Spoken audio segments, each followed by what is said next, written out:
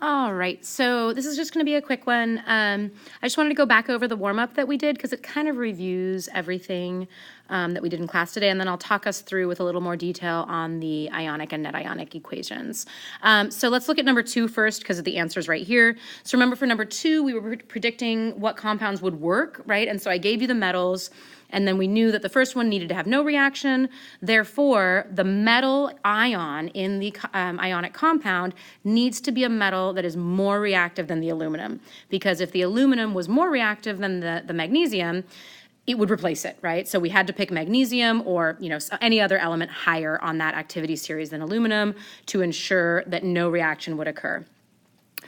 For part B, we do want the reaction to happen. Knowing that iron is our metal, we needed to pick a metal for the metal ion in the compound that is going to be less reactive, right? Because we want the iron to be able to replace it. And remember, the more reactive element gets to be the ion. So anything below copper would have worked. Remember, I like copper so much, so I chose my copper.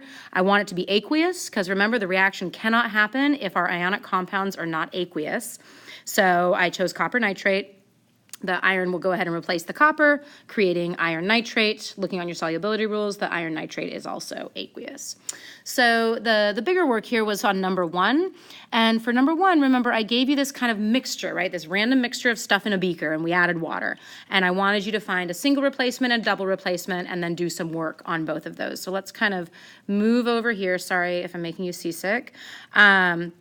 And check out what we did. So first of all, we looked up at the top here at our different elements, and we saw that barium fluoride is a solid, and so it can't work for any of this, right? Our ionic compounds, again, must be aqueous in order for them to work. So I guess let's talk about the single replacement first, since that's what's on the screen. So for the single replacement reaction, we could either react with either metal, either aluminum or copper, with the sodium chloride or the lead nitrate. And we saw that the sodium in sodium chloride is far more reactive than both the aluminum and the copper, so we can't use sodium chloride. And so we know we're reacting against lead, and since we want this reaction to happen, we need a metal that is more reactive than lead. Aluminum is more active than lead, copper is less reactive, so we had to use the aluminum. So then we look at the reaction here. We have aluminum and the lead 2 nitrate to form lead and aluminum nitrate. Remember, after we form our balanced compounds, then we can go back in and balance the equation.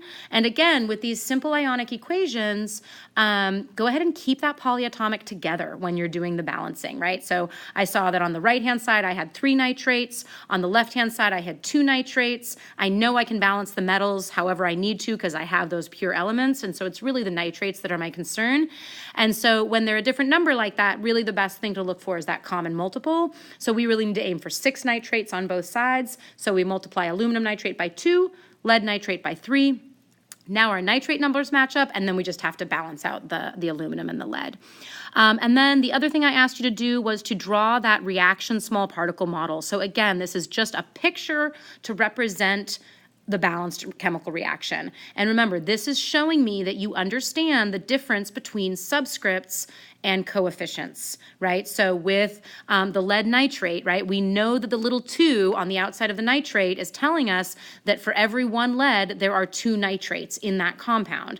And the 3 in front, the coefficient, is telling us that in this reaction, we're using 3 of them. And so this picture really shows that very clearly. So you absolutely need to be familiar with this moving forward. So then for our double replacement, so again, look at the top of the page here at our ionic compounds. And again, the barium fluoride is solid, so we know that won't work. So we have to try and use the sodium chloride and the lead 2 nitrate. So I'm going to move the screen again, and let's check it out. Okay, we'll just kind of do like we had in class. There we go. So you can see that we check out the sodium chloride and the lead 2 nitrate, and we see those are both aqueous, right? So those obviously work to react together. And the products would be the lead chloride and the sodium nitrate. And from looking at your solubility rules, you see that the lead 2 chloride is in fact solid, right? Most chlorides are soluble, but not lead. Lead is the one of the exceptions for the chloride ion to make us an insoluble compound. So again, balance our equation. And then I asked you to draw a beaker model and then do the net ionic equation. And so here I went ahead and walked through the full ionic equation. So let's just talk that through again. So ignore the little slashes to start. So remember with this beaker model, now we're showing, instead of like the reaction small particle, we're not showing just the reaction as written, we're actually showing what are we seeing in the beaker. So we're still using the balanced equation. We're still definitely representing the coefficients and the subscripts for how many different ions we have. But if they're ions, if they're aqueous, we are showing them as separate, right? And if it's solid, we're showing it as a solid down at the bottom of the beaker, still connected. And so we see on the reactant side, before anything has happened, they're all just ions, right? We have the 2 sodium, 2 chlorine, 1 lead, and 2 nitrate, shown by the little colored dots. Then on the product side, since lead chloride is a solid, I'm showing lead chloride as a solid at the bottom of that beaker. And then I'm showing the rest of the ions still remaining in solution.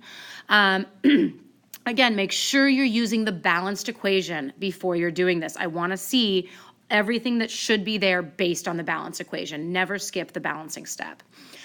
So then the transition from this beaker model to our full and net ionic equations is a really, really straightforward jump, right? So with the sub, you went through and did those ionic equations, but really we had already been working on that, right? If we look at this beaker model, we see all the different ions in solution and the solids. So for the full ionic equation, all you're doing is just writing the formulas for the ions on the reactant and the product side, right? So on the reactant side, we've got sodium ion, chloride ion, lead ion, nitrate ion, using the coefficients, right? 2 of the sodium, 2 of the chloride, 2 of the nitrate.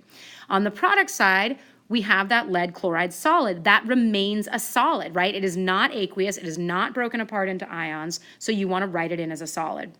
But then you still have those 2 sodium ions and the 2 nitrate ions. Remember, those ions that don't participate in the reaction, they're called those spectator ions. They're just there to help the other ions get to the party, to help them get in there so that they can react, because we just don't have a bottle of regular old ions on the shelf. They have to be paired up.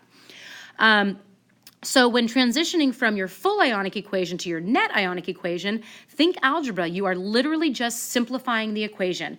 Anything that exists on both sides, go ahead and cancel, just like an algebra problem.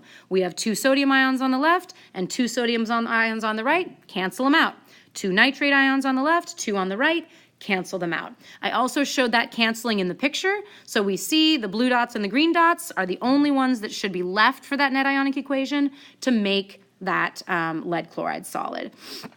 So then when we write the net ionic equation, you're just writing the ions that are involved in the reaction directly, not the spectator ions. One other thing, a nice thing to remember when you're going from your balanced equation down to that full ionic is just if it's aqueous, separate it into its ions.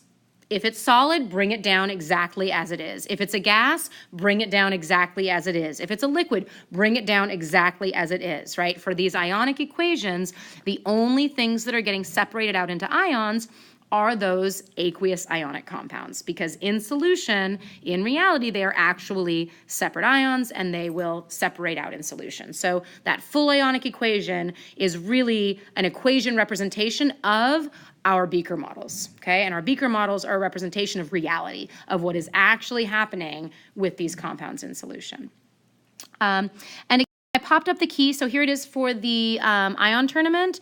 So just make sure, there was a lot of you that I saw that you got the wrong answer at the end, and I want to make sure that it was just a silly mistake, right? So remember the rules here, right? For the first round, all you're supposed to do is add charges. So in where the formulas are written, just add charges in. I guess those aren't in here, but you can fill those in.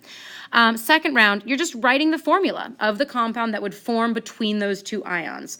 Third round, which one is the soluble product? So if, like at the top one, if nickel chloride and iron sulfide reacted, what would be a soluble product from that reaction, not the insoluble one? So which one would be aqueous? That goes in for the semifinals. And then for the finals, you take, again, the soluble product, right? So nickel chloride and sodium chromate, which of those is going to be, what product that those form would be solid? It's the sodium chloride, right? Because in order to get to that winner, the winner is supposed to be insoluble, meaning a solid, And if you don't have aqueous solutions coming together for that reaction, then you're not going to get that solid product. So just double check your work and make sure that you know how to get through that. I'm going to also post the some extra practice, so make sure you look at that, and also the key for your review work. Be sure to pop in before or after school, or send me an email if you have any quick questions. All right, have fun.